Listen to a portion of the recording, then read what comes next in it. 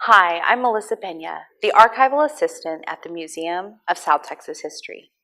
Today I'm going to share with you some ways that you can date a photograph based on content. The first thing I always look for are markings on the back of photographs. A good example are these carte de visites. Sometimes there is a studio or photographer name on the back of these photographs, and the photographer can be traced in their travels. They may only have come to a certain area for a short amount of time. It says Mark's Photographic Gallery, Main Street, Houston, Texas.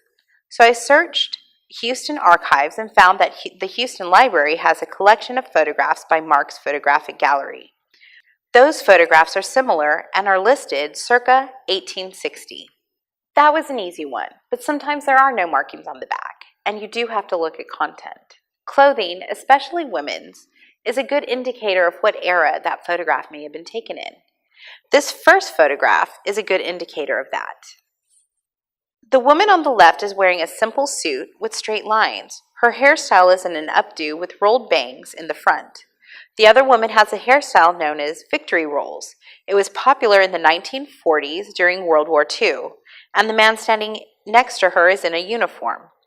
But in this second photograph, two women were still wearing the straight dresses with their hair in updos and rolled bangs. The part that is helpful in dating this particular photograph are the other two women. They are both wearing pleated skirts. There is much more material in the style, which is indicative of post-war fashion. I would say this photograph is most likely from the mid-1950s. While men's suits remain fairly classic over time, there are ways to date them based on the trends of button placement, pant styles, the tie, or even the suit's color. A good example of this is a man standing under a tree. His suit is classically cut, but his pants are a little looser. His tie is thin at the top, and he's wearing a fedora hat. With that description, I would guess this photograph is mid-1950s. The difference in 1940s and 50s is mainly the cut of the jacket and the button placement. 1940s style was wider shoulders and double-breasted suits. The last photograph is three men in a ceremony. The man in the middle has a classic haircut and his suit and tie are not overly remarkable. But the man on the left is wearing a jacket of a very distinct pattern. Patterned suits became popular in the 1970s with the introduction of the leisure suit and polyester. But what if there are no people in the photograph? Another good indicator in dating your photograph are cars. Automobiles change every year, and you can use different references to track those changes. The first photograph has a line of Model T cars, which were produced by the Ford Motor Company from 1908 to 1927. That would be a good window for this photograph, but if you look closely, there's a sign that reads McAllen Drug Company, and there are two soldiers on the street corner.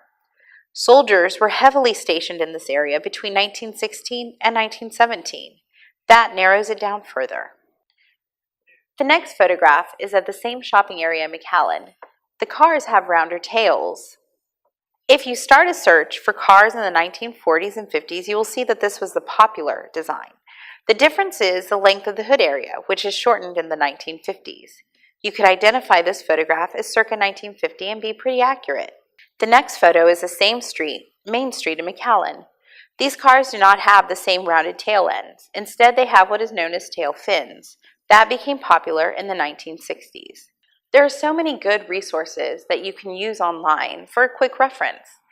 I recommend the website automobilecatalog.com. They have a fairly complete list of cars starting from 1945. Another good website is womensfashionguild.org, and you can use that for a timeline of women's fashion. With a little detective work, you can add so much more information to photographs that may not have had any before.